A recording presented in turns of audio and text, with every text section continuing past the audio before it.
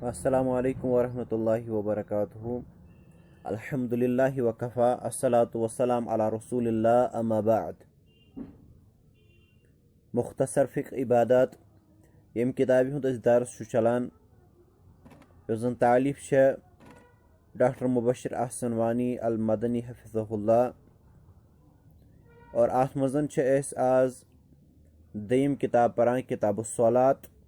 किताब सलात मज पर्यो पत्म लटन गोडनुक टॉपिक सह गो मसाजिद के अहकाम और मसाजिद के अहकाम लेकिन गोडनुक पार्ट और आज वुचो अमुक दयम पार्ट मसाजिद के अहकाम मज।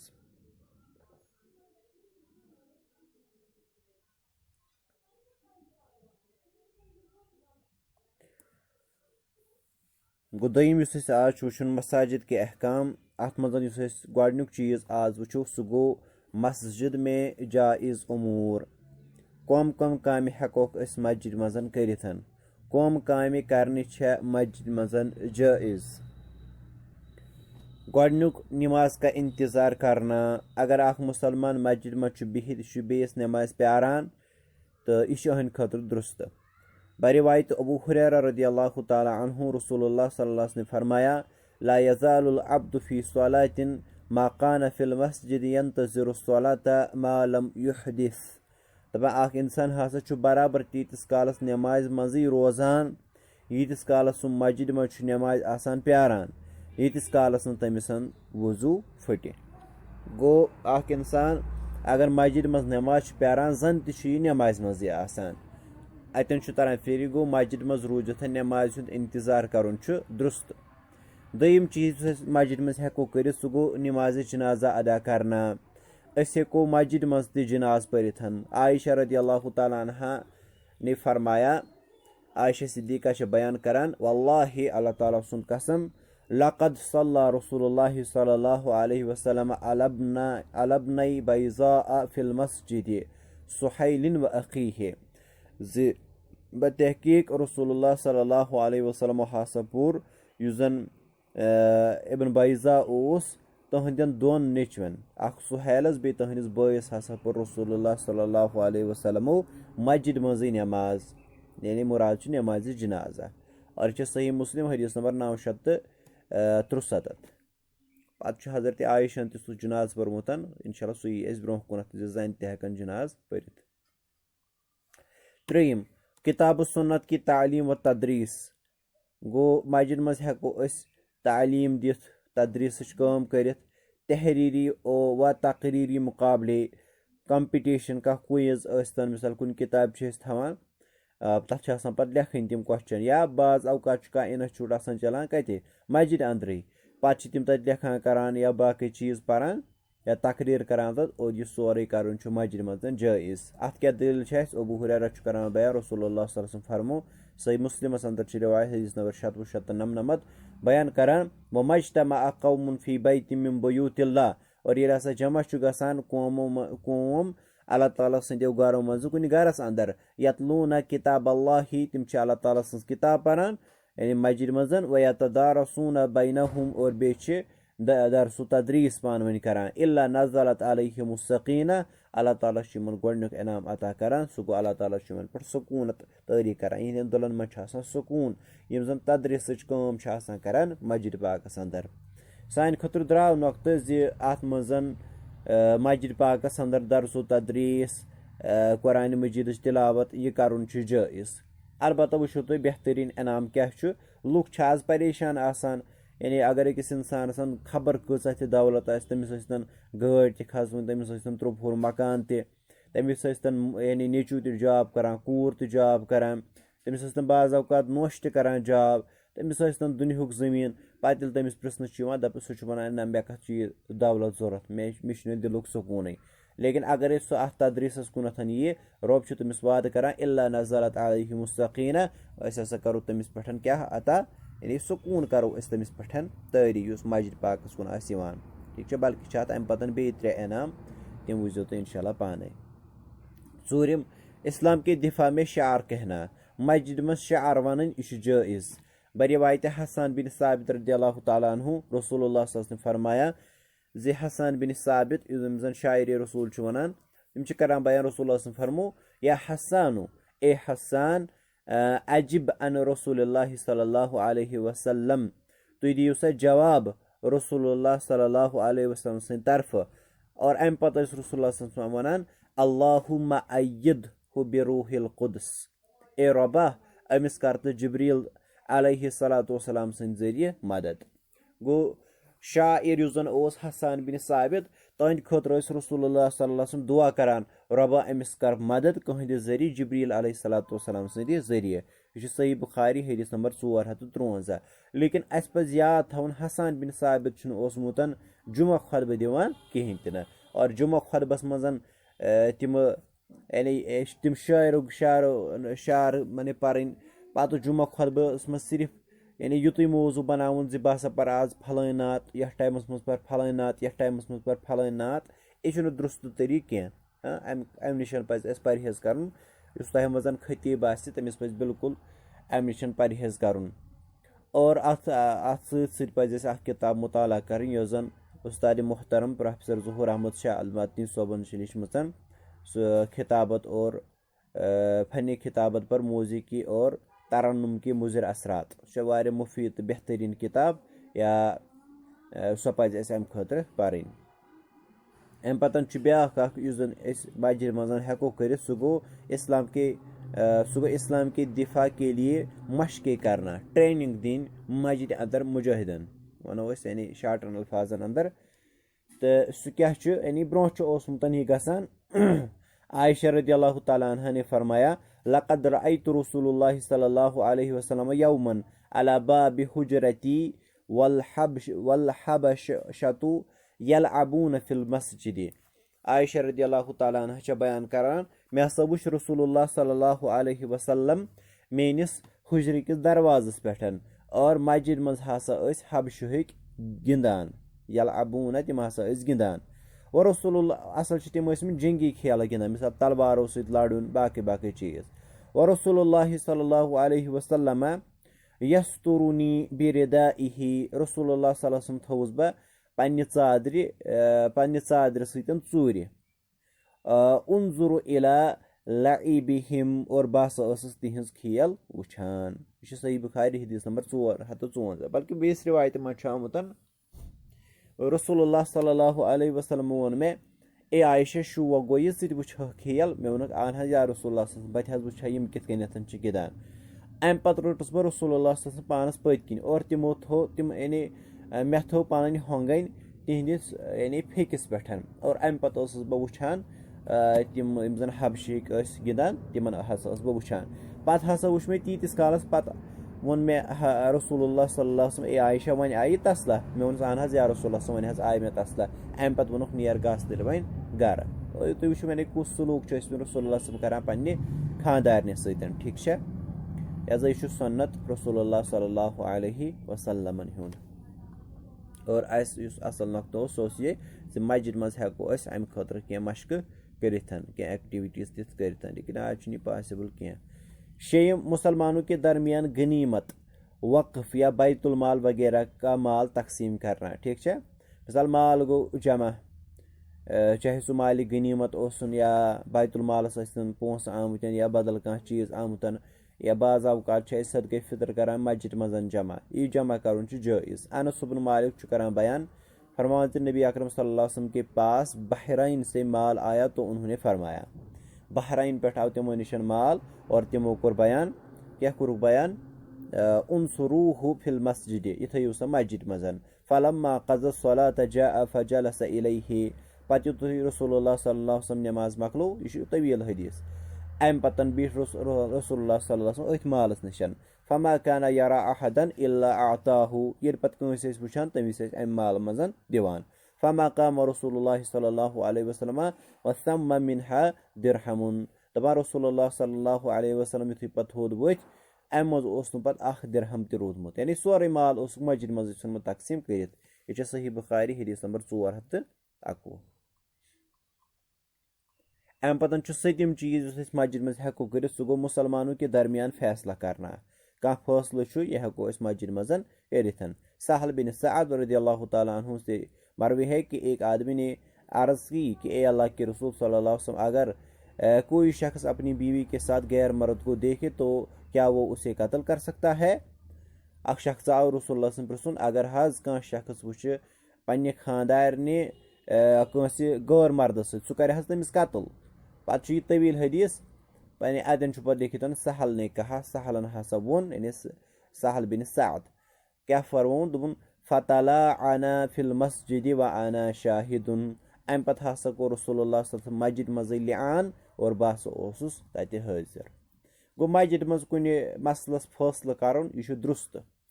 इवन कि लिआन त करन मस्जिद अंदर यह दुरुस्त। लिआन कत वनान? लिआन वनान यानी अगर कह मर्द पन्ने खानदारनी दी तोहमतन दप अम हसा कर बदकारी, अम पत गवाह वन कहें तिकाज यम जै या तमिस वन दपान इस हसा बच्चे जावे यह ना मोन कहें तन यम हेकन यम कंडीशन गसित। अम पतन गसन यम यानी काजी आसि जज आसि अगर इस्लामी हुकूमत आसि चूंकि ये कहें वन ये कमिस नश गो गो पन्निस मुफ्ती सोबस नश मुफ्ती मोहम्मद याकूब बाबा अल मदनी हफिज़हुल्लाह नश ये हेको तमसी नश गसित ये इस्लामी हुकूमत कहें तना। अम पतन वन यानी कि मर्द है बह हसा वन पन्ने खानदारन मुतलिकन जे अम हसा कर्म बदकारी, मगर यपर आस गवाह कहें तन। अगर ये अमिस गवाह कहें तन तेल कर यह दप है यानी अमिस वन काजी करो सा लिआन। लिआन क्या गो यम हेकन मस्जिद मज तन मस्जिद हुंद जिक्र। लिआन गो अमिस मर्दस ये वन च खेसा 4 लट कसम जे मानी खानदार ने हसा बदकारी कर्म, यह खे 4 लट कसम और 5 लट वन यह दप है अगर हसा बह अपोज आस वन मे पे हसन तेल अल्लाह ताला सज लानत। पत यह खानदार ने वन च वन सा है मेन खानदारन हसा लगो मे पे तोहमत, वन सा यह 4 लटन और यु सह यह 4 लट वन 5 लट वन सा दप है मोन खानदार अगर हसा पोज वन तेल मे पे अल्लाह ताला सुन गजब। हु वन तेल 5 लट तेल मे पे अल्लाह ताला सुन लानत, यह वन यह जन वन तेल मे पे अल्लाह ताला सुन गजब।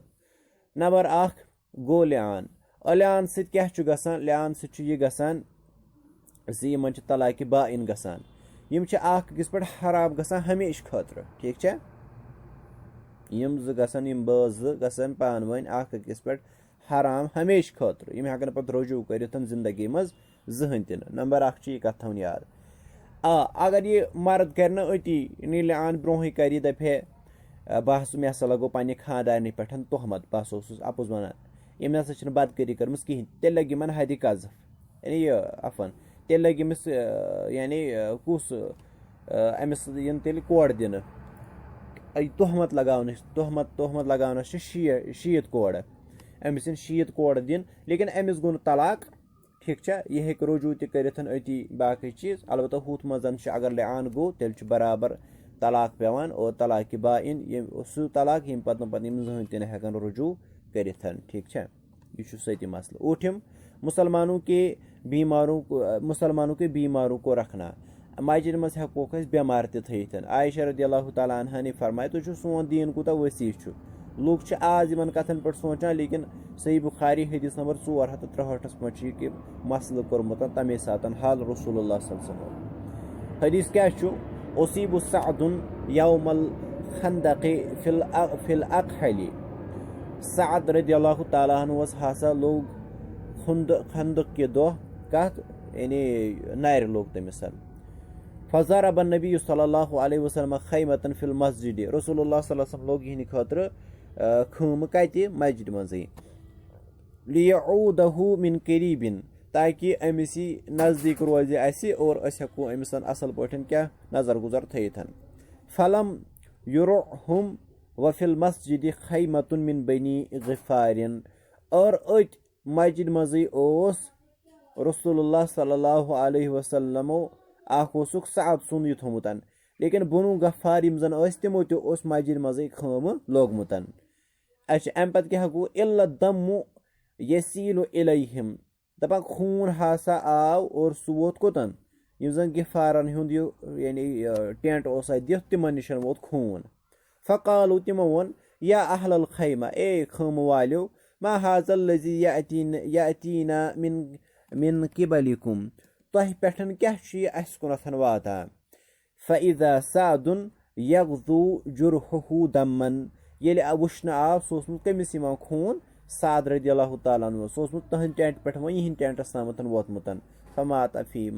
فیٖہا اور سعد رضی اللہ تعالیٰ عنہ موٗد پتہٕ اینڈس تٔتھۍ ٹٮ۪نٹس منٛزٕے ٹھیٖک چھا تیُتھ اوس تٔمِس زخم لوگمُت گہر اللہ تعالیٰ کٔرِنۍ یِمن صحابن درجات بُلنٛد یِمو چھُ انتہٲیی زیادٕ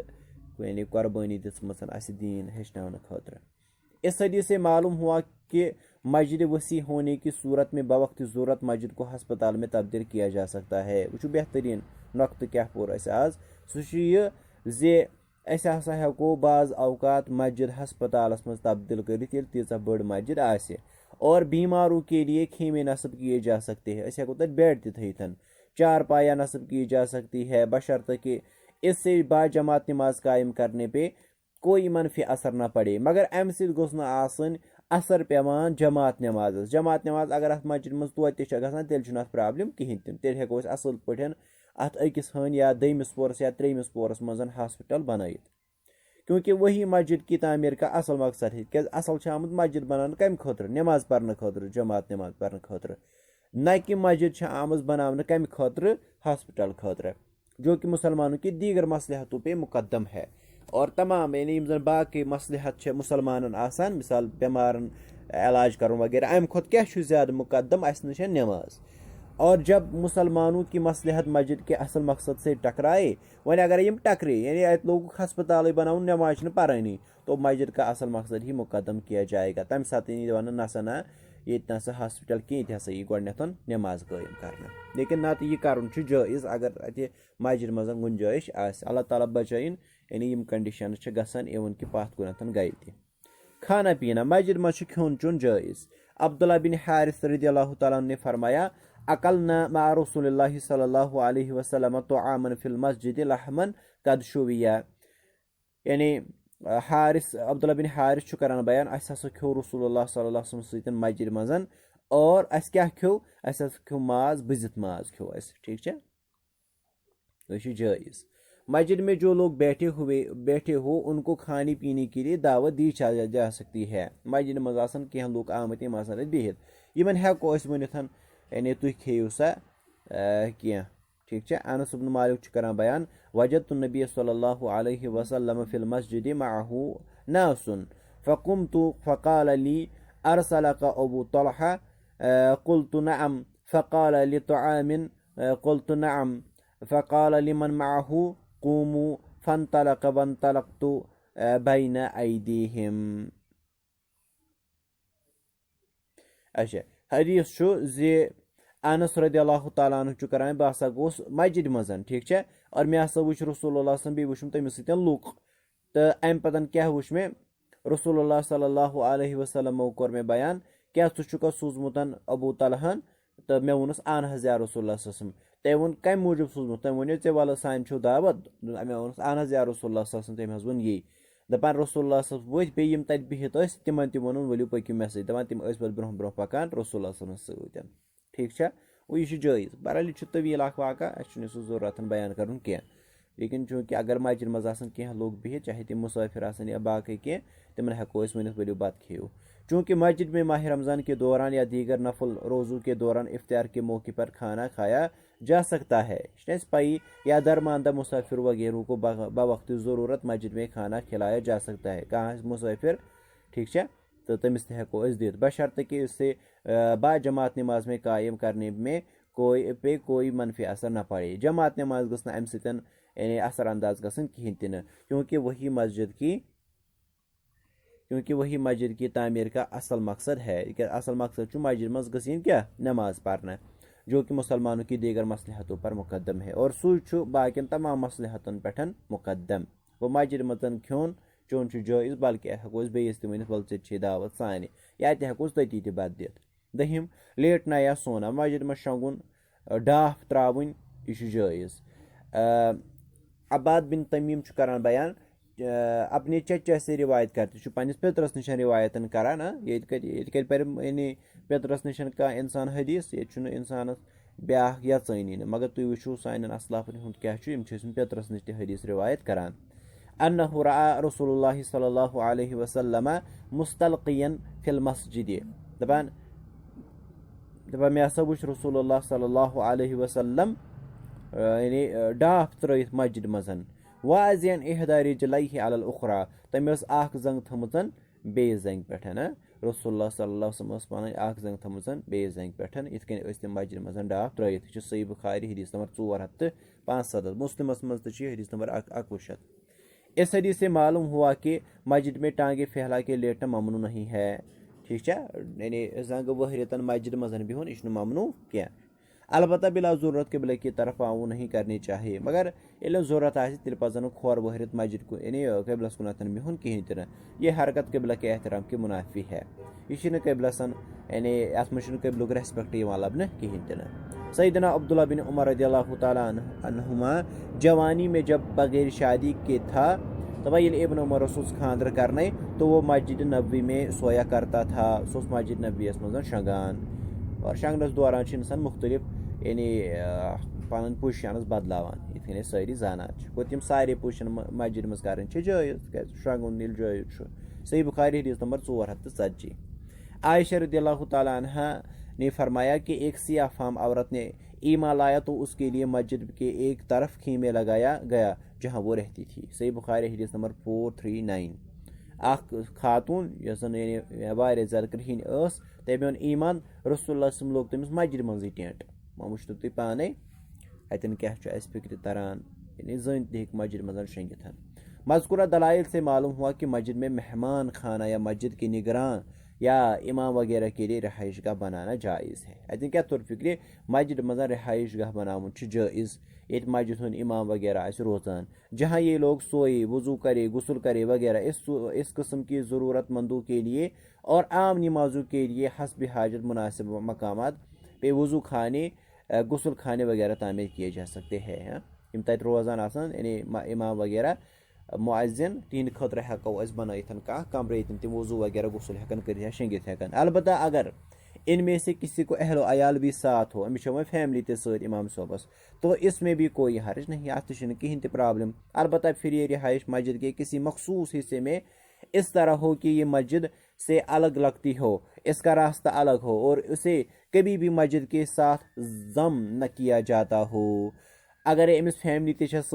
अमिस गो सह कमर यह गो मस्जिद नश बिल्कुल अलग अत गोस गेट तन अलग वत तक अलग अत गोस मस्जिद से टच आसन बिल्कुल कहें तह न गोस पे जहाँ मस्जिद सती अटैच यून कर आवा समझ यह कर जायज़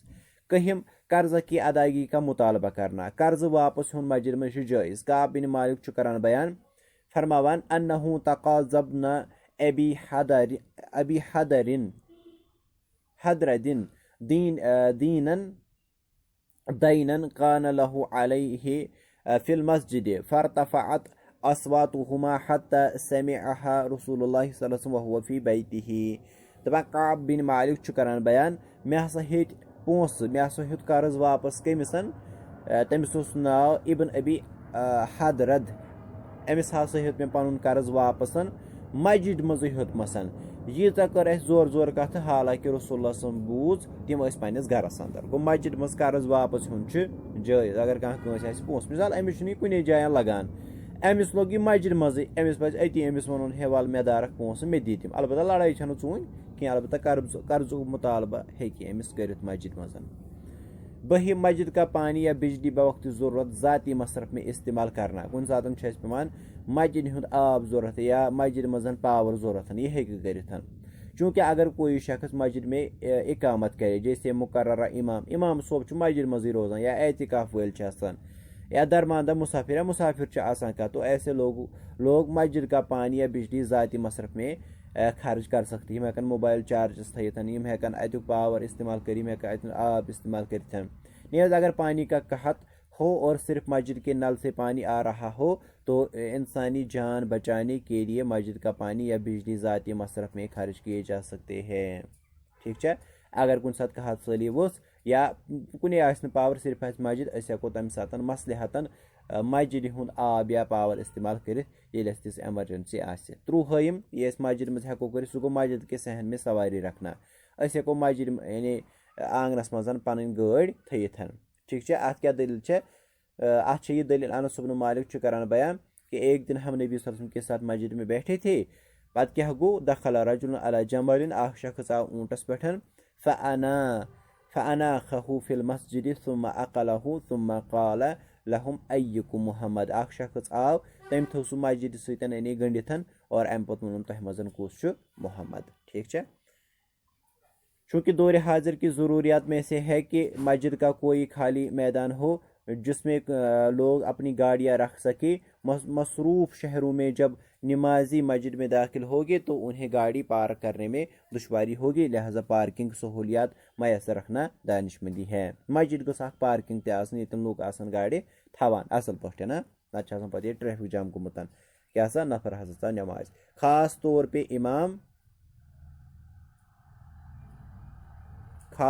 पे इमाम